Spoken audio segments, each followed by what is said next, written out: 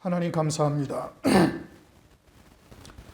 오늘도 저희들에게 이 거룩한 주일, 주의 전에 모여서 하나님의 말씀, 그것도 때에 따른 말씀으로 오늘도 허락하여 주심을 참으로 감사를 드립니다. 오늘도 우리가 눈을 열어 하나님께서 이루시는 구원의 세계를 온전히 보는 자 되게 도와주시고, 할례 받은 귀가 되어져서 주의 음성을 듣는 이 시간 될 수 있도록 은혜 위에 은혜를 더하여 주시옵소서.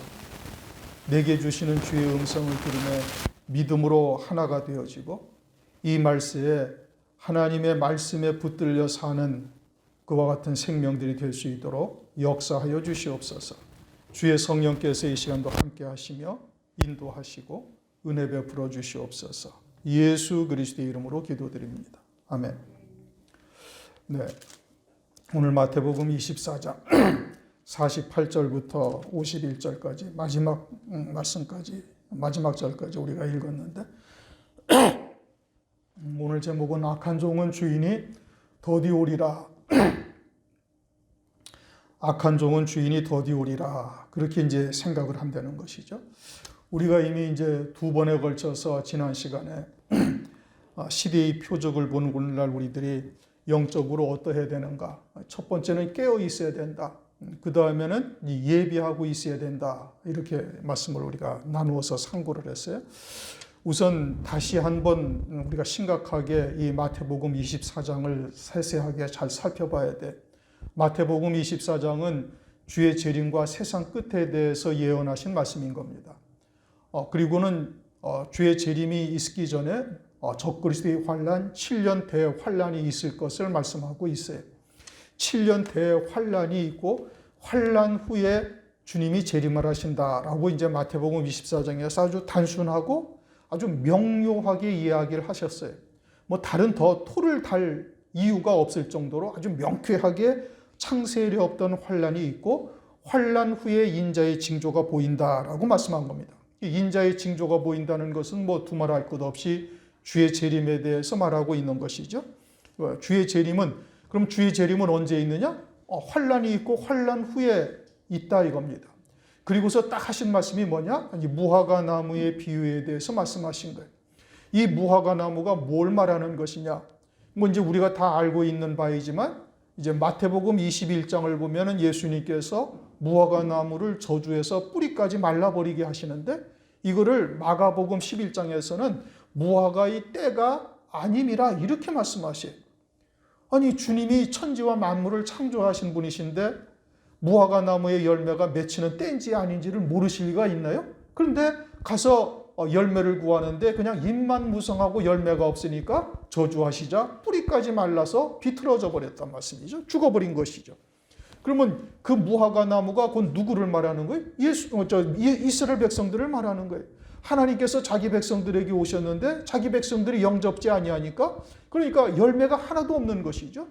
그러니까 이 무화과 나무라는 것은 곧 이스라엘이라는 나라를 말하고, 그 이스라엘이라는 나라가 예수님을 십자가에 못 박은 이후 약 한 40년쯤 뒤에, 그러니까 서기 70년쯤 티투스라는 로마 장군, 로마 황제에 의해서 완전히 돌 위에 돌 하나도 남지 아니하고 멸망을 당합니다. 그때 이제 유대인들이 온 세계로 다 흩어졌죠. 그나마 하나님의 말씀을, 주님의 하신 말씀을 믿는 유대인들이 사방으로 다 흩어진 겁니다. 러시아로 가고 유럽으로 가고 뭐 중국으로 가고 아프리카로 가고 이렇게 다 흩어진 유대인들을 오늘날 뭐라고 그래? 그 디아스포라라고 그러는 거예요. 그러니까 그들은 예수를 십자가에 못 박은 죄로 인해서 이제 돌 위에 돌 하나도 남지 아니할 때가 오리라는 것을 알고 막 전부 다 도망간 거예요. 그렇게 해서 서기 70년에 이스라엘이라는 나라가 이 지구상에서 완전히 사라져 버렸어요. 그런데 1948년에 이 이스라엘의 나라가 딱 독립을 한 겁니다. 이것은 세계사의 유일무이한 일이에요. 이건 하나님의 역사요. 하나님께서 자기의 택한 백성들에게 표적을 딱 보여주신 것이라고, 이것은 아주 뭐 정확한 거다 이겁니다. 온 세상 목회자들이 다 알아요. 마태복음 24장의 무화과 나무의 비유는 이스라엘이라는 나라를 상징하고 있다는 것을 온 세상 목회자들이 다 안다 이겁니다. 호세아서 6장 1절 2절을 보면 하나님께서 우리를 찢으셨으나 도로 낫게 하실 것인데 이틀 후에 살리시리라. 그렇게 말씀합니다. 그리고 제3일에 하나님 앞에서 서게 하신다. 이틀 후에 살린다는 게 뭐냐? 호세아 선지자가 예언하고 이틀 후냐? 아니면 언제부터 이틀이냐? 그게 없어요. 그냥 막연하게 우리를 찢으셨으나 도로 낫게 하실 것이요 이틀 후에 우리를 살리시리라. 그런데 베드로후서 3장 8절에 또는 시편 90편 4절에 어제가 몇 년 같다? 1000년 같다. 베드로후서 3장 8절에 하루가 1000년 같고 1000년이 하루 같은 이 한 가지를 너희는 잊지 말라. 그래서 그 이틀이라는 것이 이게 하루는 1000년이요? 그럼 2000여 년이라는 뜻이로구나 라는 것을 알 수가 있고, 하나님께서 무화과 나무를 서기 70년 이스라엘의 나라를 완전히 돌 위에 돌 하나도 남지 않게 무너뜨리시고, 그리고는 1948년 땅 독립을 시키신 거예요. 이틀 후에 살리신 거예요. 그리고 이틀 후에 살리시고, 그리고서는 그 잎이 나면은 그렇게 이틀 후에 살리시면 잎이 나면 여름이 가까운 줄 알라. 이렇게 말씀하셔요. 그럼 여름이 되면 어떠한데? 여름이 되면은 주님이 문 앞에 있다. 다시 말하면 주님이 재림을 하신다. 이렇게 지금 마태복음 24장에 말씀하셨잖아요. 아모스서 8장 1절 2절을 보면 아모스 선지자에게 여름과 한 광주를 쫙 보이셔서 아모스야 너 뭘 보냐? 여름실과 한 광주를 보고 있나이다. 그러냐? 여름이 오면 내 백성의 끝이 이르리라. 그렇게 말씀하셔요. 그러게 여름이 온다라는 것이 그러면은 그때로부터 계절인 여름을 말씀하시는가? 그러면 아모스 선지자는 주님 전에 한 750년, 800년경 활동하던 선지자예요. 그럼 그때로부터 지금까지 여름이 몇 번이나 지나갔어요? 2700번이 지나갔어요. 그 2700번, 2800번이 여름이 지나갔는데 아무 일도 안 생긴 거예요. 그러면 그 아모스 선지자를 통해서 하나님께서 하신 말씀은 뭐예요? 여러분 아모스서를 우리가 요즘 상고하고 있는데 아모스서가 어디에 대해서 말씀하시? 주의 재림에 대해서 말씀하신다는 거예요. 종말의 때를 말씀하고 있는 거예요. 초림도 아니고 주의 재림의 때를 말씀하고 있어요. 그러니까 아모스 선지자에게 여름 실과를 보여주면서 내 백성 이스라엘의 끝이 이르렀다는 그 여름이라는 절기는 어디를 말하는 거예요? 마태복음 24장의 무화과 나무의 여름을 말하는 거예요. 그리고 이스라엘 백성들이 지금 어떻게 해요? 그들이 감히 이웃 나라들이 함부로 건드릴 수 없는 엄청난 무기를 가지고 있잖아요. 재력도 세계적으로 막강한 재력을 가지고 있는 것이고, 유대 나라의 인구가 1, 2%가 미국의 유대인들이 몇 퍼센트, 한 2, 3%밖에 안 되는데 그네들이 이 미국의 정치계, 재계, 경제계를 좌지우지할 수 있는 경제력과 힘을 가지고 있어요. 그래가지고 미국이 이번에 아주 절대적으로 지원하고 있잖아요. 그러니까 이 여름이라는 것은 이와 같이 무화과 나무의 잎이 무성한 때를 말하는 것이고 이스라엘의 국력이 강성해진 때를 말하고 있음을 우리가 알 수가 있어요. 그런데 그 뒤에 가서 뭐라고 말씀하고 있니까 이 세대가 지나가기 전에 마태복음 24장 34절 다 같이 한번 읽어보시죠. 시작. 내가 진실로 너희에게 말하노니 이 세대가 지나가기 전에 이 일이 다 이루리라. 어떤 일이? 주의 재림과 그 전에 환란이 이 세대가 지나가기 전에. 그럼 이 세대는 언제로부터 이 세대라는 거예요? 무화과 나무 잎이 난 때로부터 이 세대. 무화과 나무 잎이 난 때가 언제인데? 1948년이에요. 그럼 1948년으로부터 이 세대는 요 한 세대를 말하는 거예요. 그럼 이 한 세대라는 것이 뭐냐? 얼마의 기간을 말하는 것이냐? 이것은 성경을 통해서 우리가 확인해 볼 수가 있죠. 아담 이후 이 에덴 동산에 쫓겨난 이후는 사람들이 몇 년씩 살아요? 700년, 800년, 무드셀라는 969세까지 살았잖아요. 1000년을 가까이 살았어요. 그런데 그 이후로 수명이 쭉 줄어들면서 하나님께서 이 세대를 딱 정의하기를 아브라함의 때는 100년을 한 세대라고 창세기 15장에 말씀을 하셨다가 시편 90편에 와가지고는 우리의 연수가 70이요 80이다. 에레미야서 23장, 에레미야서 25장, 또 이사야서 23장을 보면은 바벨론의 포로가 되는 기간을 한 왕의 연한이다 라면서 70년 동안 바벨론의 포로가 되었다가 이스라엘이 돌아올 것을 말씀을 하셔요. 그러면 한 세대가 몇 년이라는 것이 70년이다 이겁니다. 그러면 1948년에 독립한 때로부터 70년 내지 넉넉하게 잡아서 80년이 지나면 이 한 세대가 끝나버리는 거예요. 그런데 지금 이스라엘과 하마스, 팔레스타인의 무장단체인 하마스라는 나라와 하마스라는 단체와 전쟁이 지금 벌어져가지고 막 그 가자지구라는 데가 막 쑥대밭이 돼버리는 거예요. 막 무차별 폭격을 해버려가지고 아주 쑥대밭을 만들어버려요. 그냥 온 세계가 다 아는 거예요. 지금 거의 한 달째 이 전쟁을 하고 있어요. 그러면서 왜 팔레스타인과 이스라엘이 이와 같은 갈등이 있는가, 막 서로 아주 견원지간이에요. 원수예요. 아랍 사람들은 이스라엘을 암덩어리라고 그래요.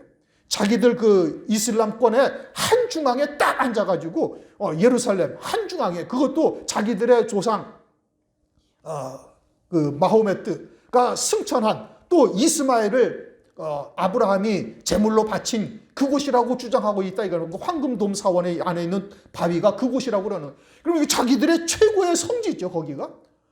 그러니까 아주 아랍권의 이슬람권의 가장 핵심의 중심에 딱 자리하고 앉아 있는 거예요. 그런데 거기에 이스라엘 나라가 딱 들어가서 앉아가지고 몇 해째 트럼프 때는 예루살렘을 이스라엘의 수도로 미국이 딱 인정을 해버렸잖아요. 그래서 미국 대사관을 예루살렘으로 딱 옮겨버린 거예요.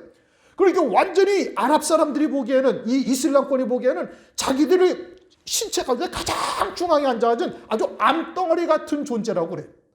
그리고 이스라엘이라는 나라는 이제 자기들이 2000년 동안 전 세계를 유리방황하면서 온갖 핍박을 러시아에서, 유럽에서, 중국에서 온 핍박을 다 받아가지고 더 이상 갈 데가 없어요.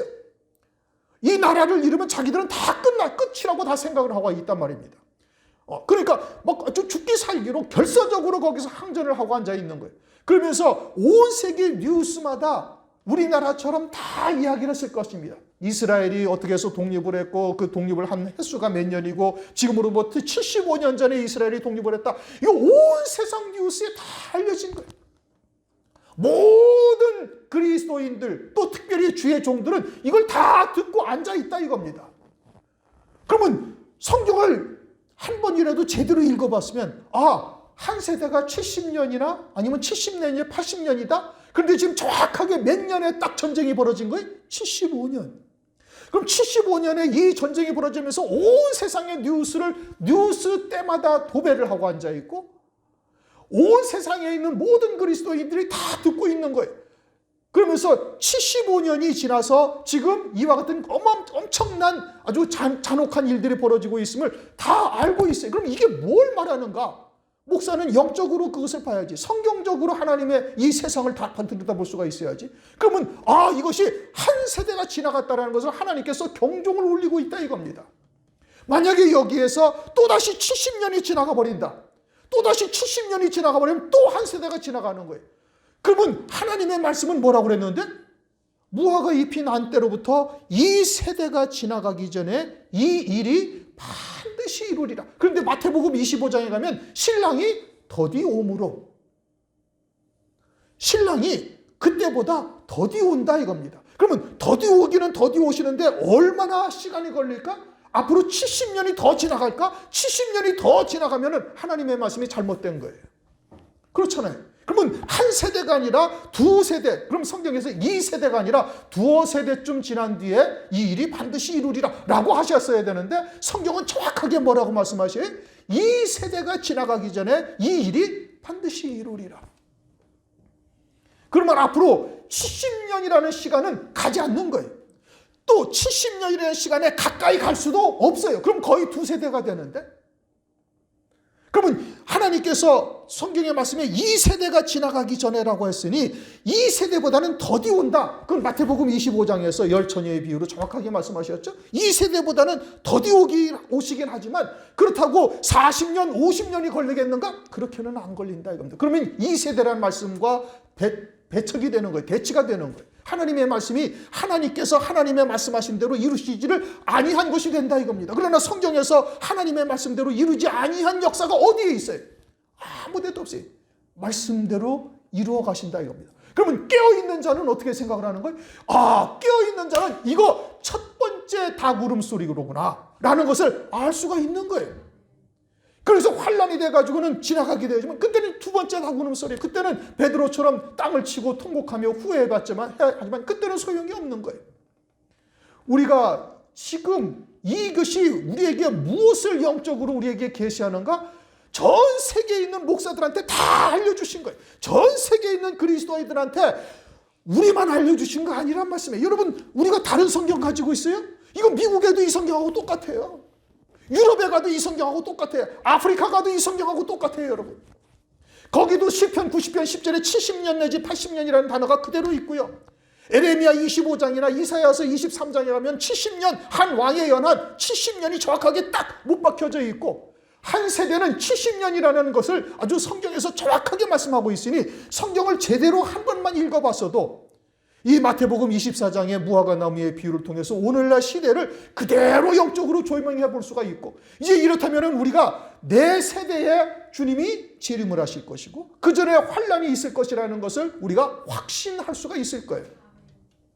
이거를 여러분 가볍게 들으시면 여러분 크게 실수하시는 겁니다. 장차 환란 날에 어마어마한 이제 후회하며 통곡하며, 그때는 알고도 받아요. 몰라서 받는 거 아니에요. 알고도 받는 자가 있는 거예요. 알면서도, 왜? 육신의 정욕을 끊지 못하고 거기에 질질질 끌려 살다가 그러다가 환난 날에 그냥 그것 때문에 할 수 없이 짐승표를 받을 수밖에 없다 이겁니다. 그때는 집안 식구가 원수가 되는 거예요. 진리 안에서 하나가 되어 있지 아니한 자들을 통해서, 아니 가서 그 표 하나 받으면 그게 뭐 힘든 일이라고, 그거 다 받는데, 여러분 백신 주사 다 맞잖아요. 안 맞으면 어떻게 해야 돼? 안 맞으면 아주 세상에 공공의 적으로 딱 매도돼 버리는 거예요. 지난 코로나 백신을 통해 가지고 교회가 얼마나 아주 손쉽게 손바닥 뒤집듯이 딱 그냥 사회의 공공의 적으로 전락하는지를 우리가 알 수 있잖아요. 봤잖아요. 교회 다닌다는 말을 하기조차 부끄러워서 두려운 일이 벌어지는 이 상황이 그냥 아주 손쉽게 벌어지는 거예요. 그냥 뭐 TV에 그냥 미스미디어로 그냥 뭐 며칠만 딱 때리면 그냥 완전히 공공의 적으로 그냥 전락해버리는 거예요. 장차 환난 날 그렇게 되는 겁니다. 그리고는 미련 때문에 할 수 없이 세상에 속한 재물, 인간의 정, 이것 때문에 그냥 짐승표를 받고 그냥 그대로 끝나버리는 거예요. 그러니까 이제부터는 어떻게 해야 되는가? 아주 전심전력 심령방주를 지어야 할 때가 되었다 이겁니다. 이 어마어마하게 심각한 문제라는 것을 여러분 아주 잘 깨달아야 되는 거예요. 그러한 의미에서 마태복음 24장에 지금 48절부터 뭐라고요? 악한 종은 생각하기를 어떻게 한다고요? 더디오리라. 더디오리라는 거예요. 그 악한 종이 마음에 생각. 여기서 악한 종이라니까 목사가 나가서 술 처먹고 나쁜 짓 하고 돌아다니고 노름이나 하고 앉아있고 뭐 이와 같은 자를 말합니까? 아니에요. 그렇지가 않습니다. 하나님이 보시기에 악한 종을 말하는 거예요. 그럼 하나님이 보시기에 악한 종은 뭐가 악한 종이에요? 무화과 나무의 비유를 통해서 하나님의 정확한 때를 우리에게 계시해 줬음에도 불구하고 그것을 믿지 않는 거예요. 에이, 설마 주님이 오시겠어? 이렇게 생각하면 그것이 뭐예요? 그게 악한 종인 거예요. 겉으로 나타난 표징은 아주 선하죠. 사랑 많고 저처럼 그렇지 않단 말입니다. 아주 사랑 많고 아주 나긋나긋하고 막 그냥 이래도 할 수 없지요. 뭐 저래도 그렇지요. 잘하셨습니다. 마냥 좋은 사람이죠. 외형적으로 보기에는 아주 훌륭하고 인품도 훌륭하고 그런 애 하나님이 보시기에는 어떻게? 하나님이 보시기에는 이거 악한 자다 이겁니다. 하나님이 보시는 시각과 사람이 보는 시각은 전혀 다른 거예요, 여러분. 전번에도 언제 한번 말씀을 드렸잖아요. 성경의 말씀을 사람의 계명을 여러분 정확하게 구분하시는지 모르겠어요. 똑같은 하나님의 말씀을 가지고 사랑을 이야기를 해도 그 사람들은 사랑을 세상적인 사랑, 인간의 사랑을 가지고 이야기를 해요. 그러나 성경에서 말씀하시는 사랑은 어떠한 사랑이에요? 그건 하나님의 사랑이요, 영원한 사랑이요, 영생에 이르게 하시는 하나님의 사랑을 말하는 거예요. 그것을 위해서는 때로는 하나님께 가차없이 징벌하시는 거예요. 가차없이 회초리를 드시는 거예요, 하나님께서는. 그러니까 하나님께서는 사랑을 하시는데 어떠한 사랑을 해요? 영원한 사랑을 한단 말이에요. 화평, 평화. 하나님의 화평, 하나님의 평화는 하나님과 죄인된 인간 사이의 화평과 평화를 말하는 거예요. 그러나 악한 종들, 사람의 계명으로 살고 있는 종들은 그 평화가 어떠한 평화예요? 사람과 사람 사이에 화목한 것, 사람과 사람 사이에 평화를 이루는 것. 그저 나와 견해가 달라도 조금 다른 거 이해하자 이거예요. 종교가 서로 조금 달라도 추구하는 바는 그래도 우리가 본질은 사랑 아니냐? 그렇게 서로 보다듬고 안아주고 그냥 용서하고 이해하고 넓은 마음을 가지고 포용을 하라. 그게 사랑이라고 이야기를 해요. 하나님은 아닌 거예요. 선. 뭐가 선이에요? 불쌍한 사람들 도와주고 좀 긍휼을 베풀어서 있는 것 좀 나눠주고 그러면은 그것을 세상에서는 선이라고 해요. 하나님은 하나님만이 선하시고 하나님의 뜻만이 선하시고 그 하나님의 뜻은 어디에 방점이 딱 찍혀져 있어요? 영생에 딱 방점이 찍혀져 있는 거예요. 그 영생이 아닌 모든 것은 다 악한 거예요. 그러니까 사람의 마음에서 나오는 모든 것은 다 악하다 이거예요.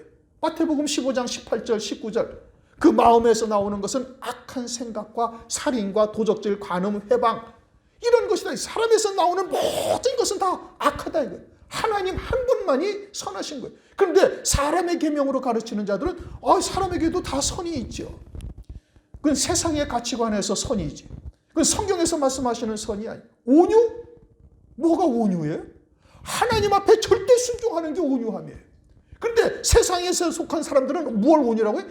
그저 누구든지 다 받아들이고 모난 소리를 해도 그냥 웃고 받아주고 그게 인품이 훌륭하고 그게 착한 종이고 그게 하나님의 종이라고 다 이야기한다 이겁니다. 성경에서 말씀하시는 선한 종과 성경에서 말씀하시는 악한 종은 전혀 다른 거예요. 그러니까 그와 같이 하나님이 보시기에 악한 종은 어떻게 한다고 해요? 주님이 오시기가 생각하기를 주인이 더디오리. 여기 주인이라는 것은 재림하실 그리스도를 말하는 것이죠. 더디오리라는 거예요. 그럼 언제부터 더디오리라는 거예요? 마태복음이 쓰여진 때로부터입니까? 요한계시록에 가면은 주님은 내가 속히 오리라 22장에 말씀합니다. 내가 속히 오리라 2번이나 반복해서 말씀. 그럼 언제부터 속히 오리라는 거예요? 요한계시록이 쓰여진 때로부터 내가 속히 오리라. 요한계시록은 서기 90년경에 쓰여졌어요. 사도 요한의 반모섬에 의해서. 그러면 서기 90년부터 속히 오리라. 그 얘기입니까? 아니죠. 지금 이 말씀이 어디에부터 지금 시작되어져 있는 거예요? 무화과 나무의 비유로부터. 그럼 무화과 나무의 비유를 보고도 악한 종들은 생각하기를 에이 주님이 설마 오시겠어? 세상이 이렇게 편한데 설마 오시겠어? 내 생에는 그냥 안 오실 거야. 그러면서 주의 재림에 대해서 더디오리라. 지금 이스라엘과 하마스 전쟁을 통해서 온 세계에 이 사실이 증거되지 아니한 곳은 한 곳도 없어요, 여러분. 그리고는 그 갈등의 원인을 다 파헤쳐가지고 이스라엘의 나라가 75년 전에 독립을 했고 이스라엘이 독립한 지 75년이 되었구나 라는 것을 온 세상 교회나 그리스도인들은 다 알고 있다 이겁니다. 그러면서도 이 시대의 표적을 보지 못하는 거예요. 시대의 표적을 보지 못하고 하나님의 말씀을 믿지 아니하는 것이죠. 백성의 서기관이지. 마태복음 2장 4절에 백성의 서기관이 어떠하다고 그랬어요? 베들레헴에서 납니다. 그래놓고 베들레헴을 그럼 가봐야 되잖아요. 동방박사들이 와서 난리가 났죠. 세례 요한으로 말미암아 이 세례 요한으로 말미암아 이미 또 그 나중에 또 증거도 해야 됐잖아요. 그래도 이스라엘 백성들이 유대 백성들이 믿어야 안 믿어야 대제사장이 안 믿는 거예요. 하나님의 말씀 따로 자기 신앙 따로인 거예요. 그러니까 이 말씀이 지금 오늘날 어떻게 변질됐어요? 생활교훈으로 바뀌었다 이겁니다. 조금 전에 말한 것처럼 사랑, 선, 평화 또는 기타 등등 모든 하나님의 말씀을 영생의 초점이 맞추어져 있지 아니하고 그저 우리의 생활 가운데 이제는 주님이 재림하신다. 그거는 우리들에게 이 땅에 살아가는 동안 나태할까 봐 경각심을 가지라고 하시는 소리지 주의 재림은 그거는 아니야. 초림, 십자가 그것도 지금 중요한 게 아니야. 그냥 그분이 하신 말씀이 무엇냐를 보고서 우리가 이것을 우리의 삶에 어떻게 적용을 할 것인가. 그래서 우리가 세상에서 인격을 다듬고 훌륭한 사람이 되고 행복한 가정을 만들고 이것이 하나님의 말씀의 본질이 아닌가라고 이야기를 하고 모든 말씀의 초점을 어떻게 맞춰요? 삶에다가 맞추는 거예요. 생활교훈이 된 것이죠. 미국이 다 그렇게 되어 있잖아요. 거기에 있는 목회자들은 70% 이상이 주의 재림을 믿지 않아요. 초림하신 것, 십자가 위에 죽임당하신 것 그것도 별로 중요하지 않다 이겁니다. 그것이 중요한 것이 아니고 그분이 하신 말씀을 통해서 우리가 어떻게 이 땅에서 살아갈 것인가를 우리가 교훈을 받고 그렇게 선하게 착하게 그리고 남들에게 사랑을 베풀면서 평화롭게 함께 공존하며 살아가는 것이 이것이 우리에게 하나님께서 하시는 말씀이다 라고 이야기를 하고 있다 이겁니다. 우리나라의 교회 목회자들도 거의가 다 그렇게 생각을 하고 하나님의 말씀을 그렇게 바꾸어 버리는 겁니다. 영생과는 전혀 상관이 없다 이겁니다. 그게 뭐예요? 그게 악한 종이라는 거예요. 그렇게 해석을 하는 악한 종들은 다 시대의 표적을 보고도 깨닫지 못하고 그리고는 주인이 더디 오리라 라고 생각을 하고 있다 이겁니다.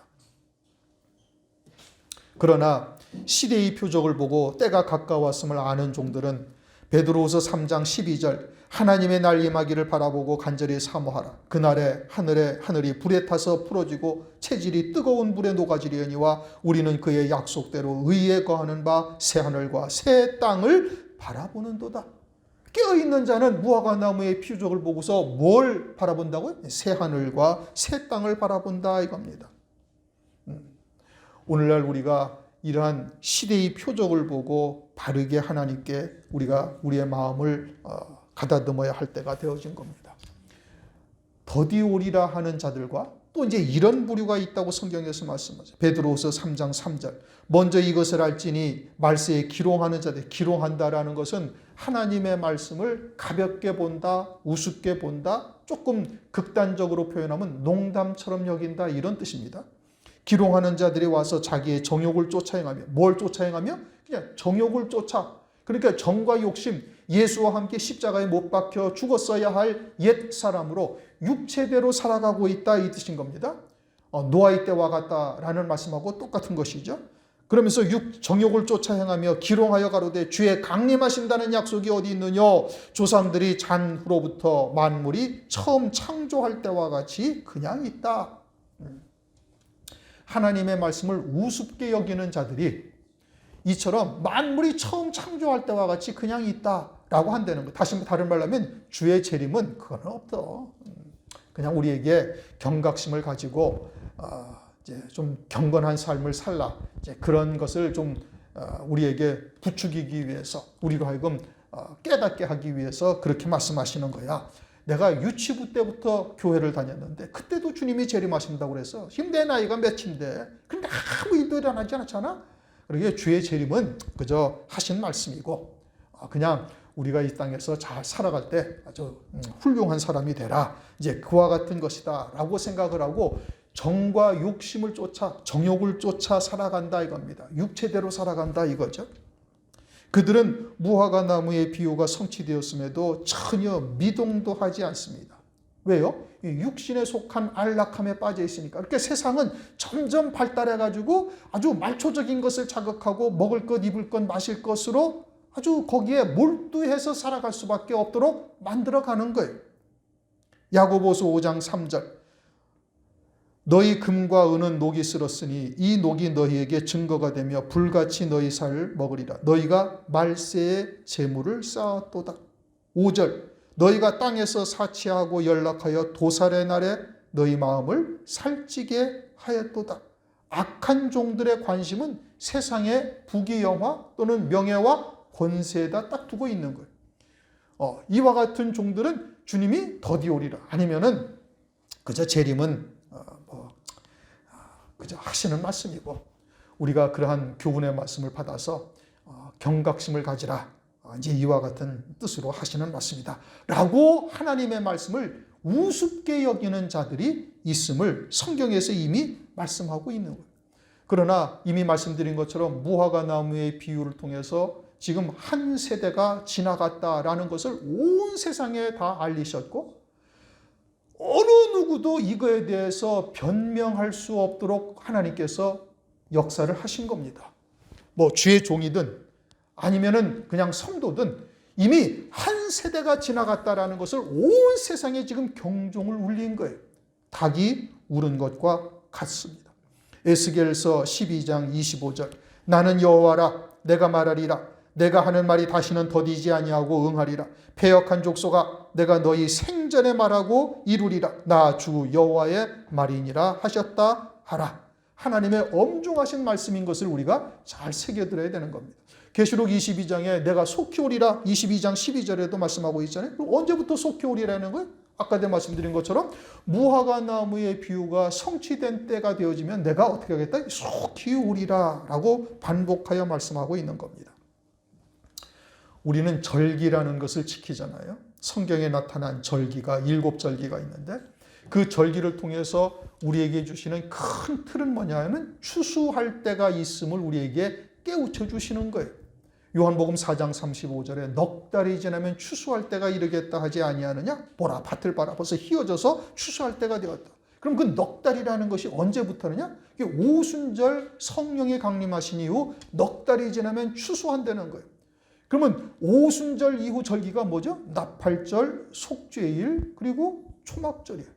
그러면 나팔절, 속죄일, 초막절이라는 절기가 무엇을 위한 절기라는 얘기입니까? 추수를 위한 절기라는 것을 우리에게 영적으로 교훈하고 계시는 거예요. 그러니까 우리가 절기라는 것을 우리가 늘 1년을 지나가면서 그 7절기를 다 지나면서 항상 생각하는 것은 뭐예요? 아, 추수할 때가 반드시 있다라는 것을 우리에게 말씀하시는 것이고 이제 그 추수할 때를 통해서 우리에게 경각심을 갖는 게 깨어있게 하시는 것이죠. 깨어있어서 대비할 수 있도록 하기 위함인 것이죠. 그러므로 우리가 이와 같은 하나님의 시대의 표적을 절대 놓쳐서는 아니 되는 것이고 가볍게 여러분 여기셔서도 절대 안 되는 겁니다. 49절 동무들을 때리며 술친구로 더불어 먹고 마시게 되면 악한 종들이 동무들을 때린다는 거예요. 이게 뭐 손으로 때리고 주먹으로 친다 이것이 아니죠. 그리고 어떤 동무들을 때려요? 이제 시대의 표적을 보고 때에 따른 말씀, 깨어있어서 예비한 종들. 그럼 깨어있어서 예비한 종들은 무엇을 전하는 거예요? 때에 따른 말씀을 전하는 거예요. 때에 따른 양식을 먹었잖아요. 때에 따른 양식을 먹었는데 그 때에 따른 양식은 어떠한 양식이에요? 마지막 때 요한계시록과 같이 주의 재림과 앞서 있게 되어질 환난에 대한 말씀을 증거하는 거예요. 그러면 어떻게 한다는 거예요? 이 악한 종들은 더디오리라 생각하는 악한 종들은 그들을 때린다는 거예요. 뭐 주먹으로 친다는 겁니까? 아니죠. 그들은 이제 말로 치는 거죠. 이단시하고 이제 교단에서 내어 쫓거나. 그러니까 장차 이제 환란이 가까워질수록 이제 이와 같은 일들이 드러나게 되어지고 환란 날에는 이제 우리 이와 같은 교회는 존재하기가 쉽지가 않다 이겁니다. 그저 숨어서 여기저기서 모여서 예배드리거나 이제는 교회라는 것을 아주 이제 그냥 교단에서 내쫓거나 교계에서 내치는 이와 같은 역사가 나타나게 되어지는 것이죠. 그런데 요한계시록 10장을 보면은 요한계시록의 말씀을 펴놓인 작은 책이다 이렇게 말씀하셔요. 또 22장 10절에는 이 책의 예언의 말씀을 인봉하지 말라 때가 가까움이라. 그리고서는 요한계시록은 이미 우리가 알다시피 우리가 이미 이제 열려진 책으로 펴놓인 책으로 우리가 지금 읽어가고 있잖아요. 하나님의 뜻을 깨달아가고 있단 말입니다. 누가복음 12장 2절을 보면 감추인 것이 드러나지 아니할 것이 없고 숨겨진 것이 나타나지 않을 것이 없다. 그리고 아모스서 3장 7절에서는 하나님께서는 그 종들에게 하나님이 행하실 일을 알리지 않고는 행하심이 없다. 그러니까 반드시 그 종들에게는 알려준 후에 행하신다 이 뜻이죠. 그래서 아브라함에게도 소돔성을 멸하실 때 아브라함에게 먼저 말씀하시고 소돔성을 멸하시는 거예요. 그러면 마지막 때에도 환란을 통해서 이루실 구원의 뜻을 요한계시록에 담고 계시는데 그것을 마지막 때의 종들에게 이제 무화과 나무의 비유가 이루어지게 되어지면은 하나님께서 그 종들에게 알려주시는 것이고 오늘날 우리들에게 그것을 알게 하셨으니 이제는 그 감추인 것이 드러났으니 때가 이루실 때가 아주 가까이 되었음을 우리가 알 수가 있는 것이에요.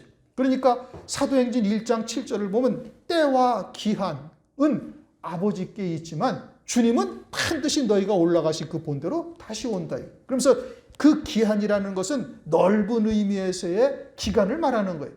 그것은 사흘 되던 날 갈릴리 가나에 혼인잔치가 있다 하는 그 셋째 날을 말하고 있는 것이죠. 그리고 그 셋째 날 가운데 때라는 것은 어떤 정확한 한 순간 딱 이것을 딱 집어서 바늘로 핀셋으로 딱 찍듯이 그렇게 정확하게 계시하는데 그 사흘 되던 날 가운데 언제냐를 무화과 나무의 비유로서 딱 정확하게 시기를 우리에게 알게 하시는 것이고 그리고는 그 세대가 한 세대가 지났다라는 것을 이제 온 세상의 뉴스를 통해서 모든 자가 다 알게 하시는 거예요. 어느 누구도 여기에 대해서 나는 몰랐습니다. 변명할 자가 하나도 없다 이겁니다. 어느 누구도 변명하지 못하도록 모든 하나님의 자녀들에게 다 알게 하시는 역사가 이미 이제 이루어진 거예요. 그렇게 변명을 할 수가 있어요, 없어요? 못하는 거예요.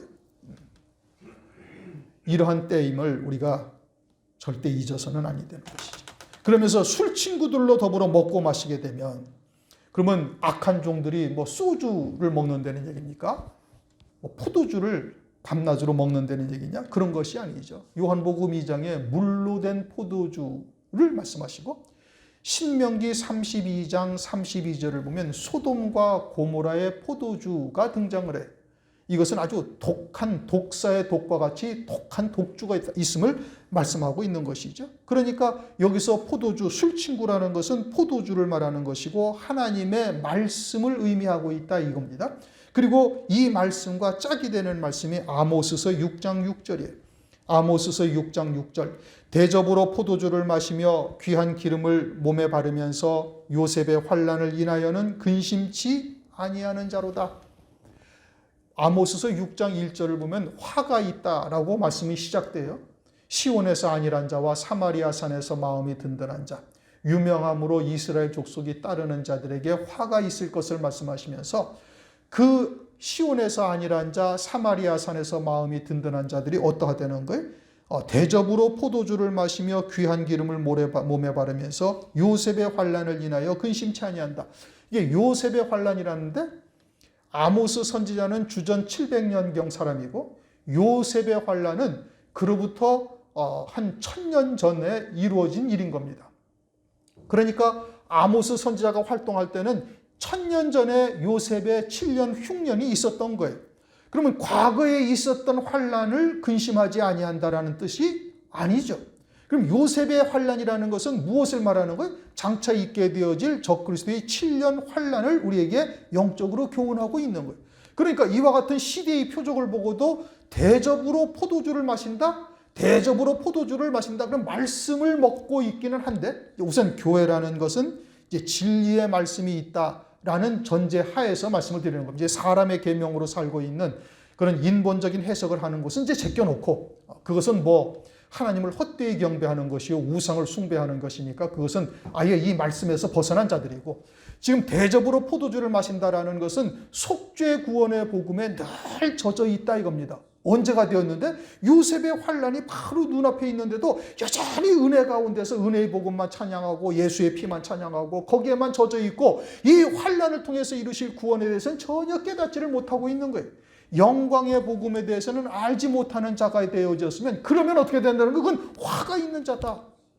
또 귀한 기름을 몸에 바르고 있다. 기름은 성령을 의미하죠. 그것을 몸에 바른다는 것은 그저 육체에 나타나는 어떤 은사, 뭐 병이 낫고 뭐 귀신이 쫓겨나가고 그냥 성령 충만함을 받고 맨날 밤마다 철야기도 하면서 그냥 그것만 주야장창 바라고 앉아 있는 거예요.